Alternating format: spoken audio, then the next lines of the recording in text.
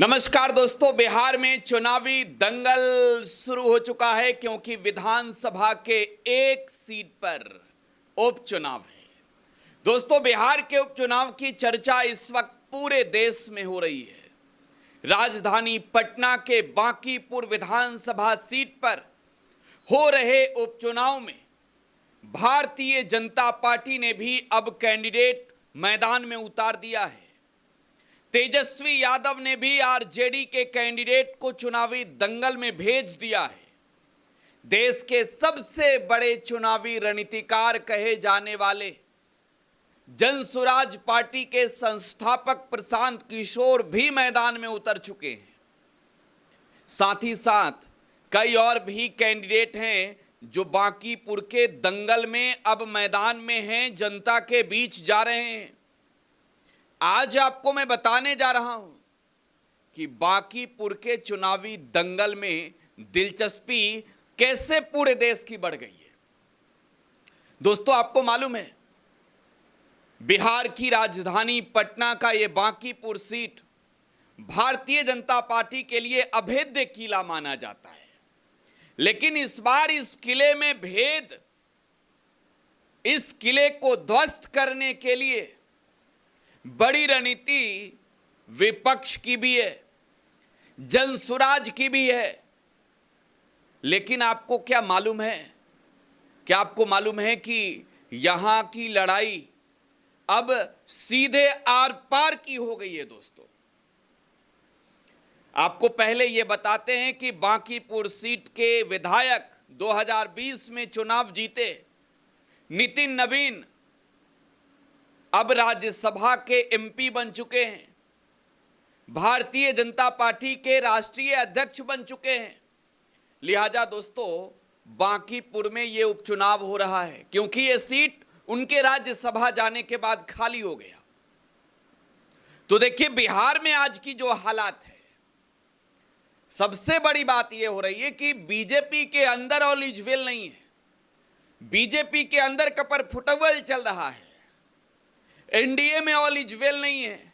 NDA के अंदर भी घमासान है। जेडीयू बीजेपी में आरएलएम और जो भी पार्टियां हैं, एलजेपीआर और हम, बातें नहीं बन रही है किसी से किसी की। तो बांकीपुर के चुनावी दंगल में बदले की लड़ाई भी मानी जा रही है। लेकिन इस बीच पहले तो जनसुराज पार्टी ने प्रशांत किशोर को कैंडिडेट बनाया। वो प्रशांत किशोर जो अलग अलग राज्यों में देश के चुनाव लड़ाने के लिए जाने जाते हैं, एक बड़े रणनीतिकार के तौर पर इस देश में उनकी पहचान है दोस्तों।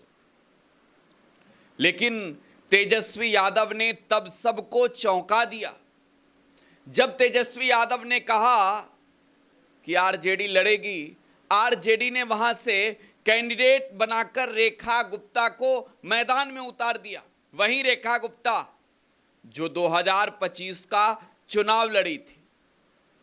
लेकिन अब बीजेपी, जिसकी ये सिटिंग सीट रही है, बीजेपी ने कैंडिडेट के नाम जारी किए हैं। लेटर जरा देखिए,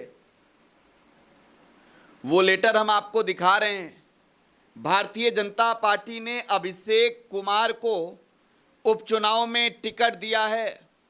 ये अभिषेक कुमार कायस्थ जाति से आते हैं और वर्तमान में भारतीय जनता पार्टी युवा मोर्चा के ये उपाध्यक्ष हैं। अभिषेक कुमार, इन्हें टिकट मिल चुका है भारतीय जनता पार्टी से। तो देखिए, बिहार की चुनावी लड़ाई जो है वो जातिगत होती है और यहां बांकीपुर में कायस्थ जाति के लोगों का वोट बड़ा मायने रखता है। हालांकि सबसे ज्यादा तो यादव है यहां, लेकिन कायस्थ का वोट भी बड़ा निर्णायक रहता है और बीजेपी के पक्ष में कायस्थ का वोट ही होता है।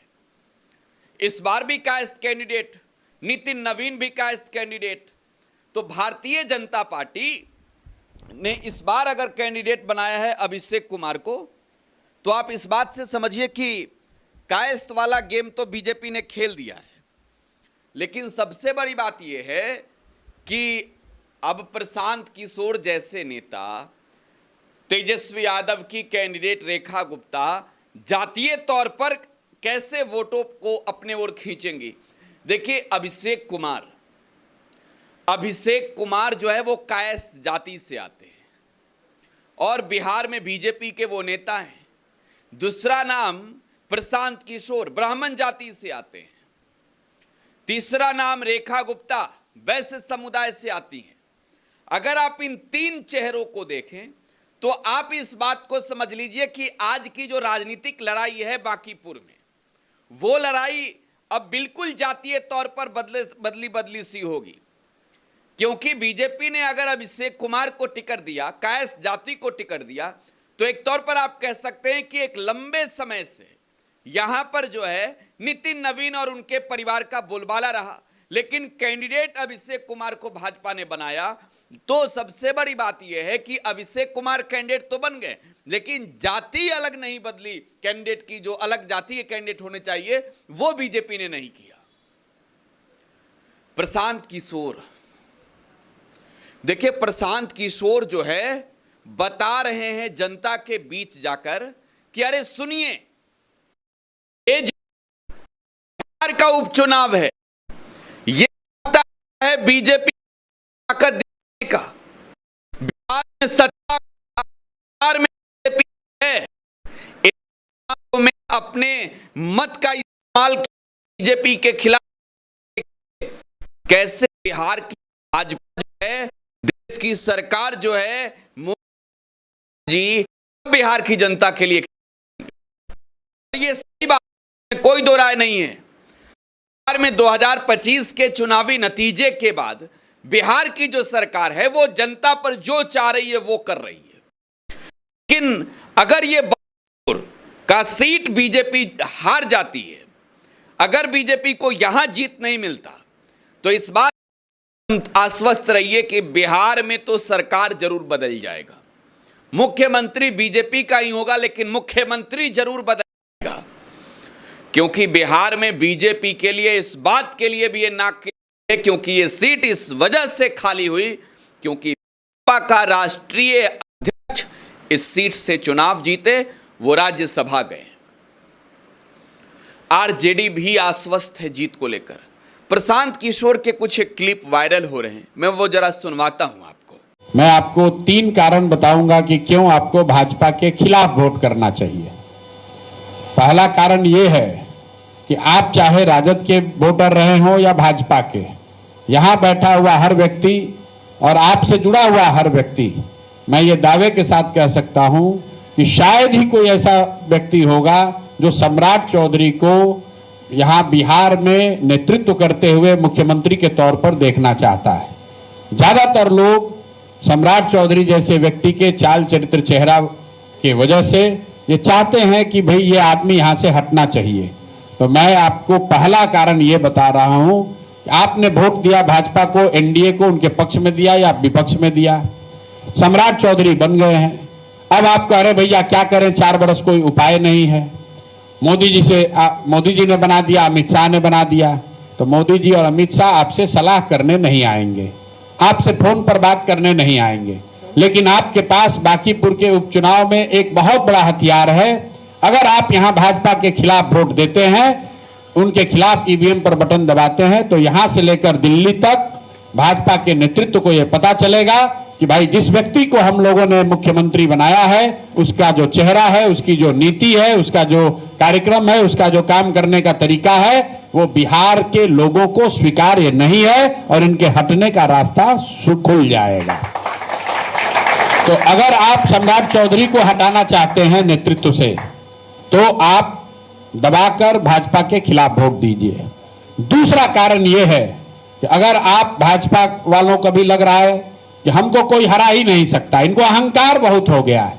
आपने देखा होगा यहां अभी शपथ विधि समारोह में अमित शाह जी आए, प्रधानमंत्री आए थे। हम लोग यहाँ के नीतीश कुमार जो 20 साल से मुख्यमंत्री रहे, हम लोग उनके राजनीतिक सहयोगी भी रहे, बाद में विरोधी भी रहे, लेकिन वो व्यक्ति पूरे बिहार का नेता रहा है, 20 साल का मुख्यमंत्री रहा है। शपथ विधि समारोह में आपने देखा होगा वो हाथ जोड़ रहे हैं और सामने अमित शाह कुर्सी पर बैठे हैं, खड़ा भी नहीं हो रहे। इनको अहंकार हो गया कि हमको कोई हरा ही नहीं सकता है। अभी किसी ने भाजपा के नेता से पूछा, करे भाई प्रशांत किशोर की चर्चा चल रही है, आप क्या सोचते हैं? तो उसका जवाब सुनिए। भाजपा का नेता ने कहा कि प्रशांत किशोर आ जाए, कोई चिंता नहीं है, बांकीपुर हम लोग का इतना मजबूत किला है कि हम लोग कुत्ता बिल्ली को भी लड़ाएंगे तो बांकीपुर की जनता हम ही को वोट देगी। ये इनका इतना अहंकार है कि जिन लोगों के वोट से ये मजबूत बने हैं, आपके बारे में कह रहे हैं कि आप इतने अज्ञानी हैं, इतने अंधभक्त हो गए हैं, इतना उनके बंधुआ मजदूर हो गए हैं कि आप कुत्ता बिल्ली को भी वो लोग खड़ा करेगा तो आप वोट दे दीजिएगा। तो दूसरा कारण यह है कि अगर इनके अहंकार पर अंकुश लगाना है, इनके अहंकार को तोड़ना है, तो भाजपा के खिलाफ वोट दीजिए। और तीसरा और अंतिम कारण, अभी आप देख रहे हैं जो भी भाजपा से जीता हुआ है वो आपसे न वोट मांगने आता है, न वोट मिलने के बाद आपका कोई काम करने आता है। यहाँ के सांसद भाजपा के हैं, मैं दावा कर सकता हूं आप में से ज्यादातर लोग उनसे मिले भी नहीं होंगे। ये यहाँ के सांसद की बात नहीं है। जो 202 विधायक जीता है एनडीए का, वो सब यही समझ रहा है कि अब तो हमारा 5 साल कुछ करना ही नहीं है।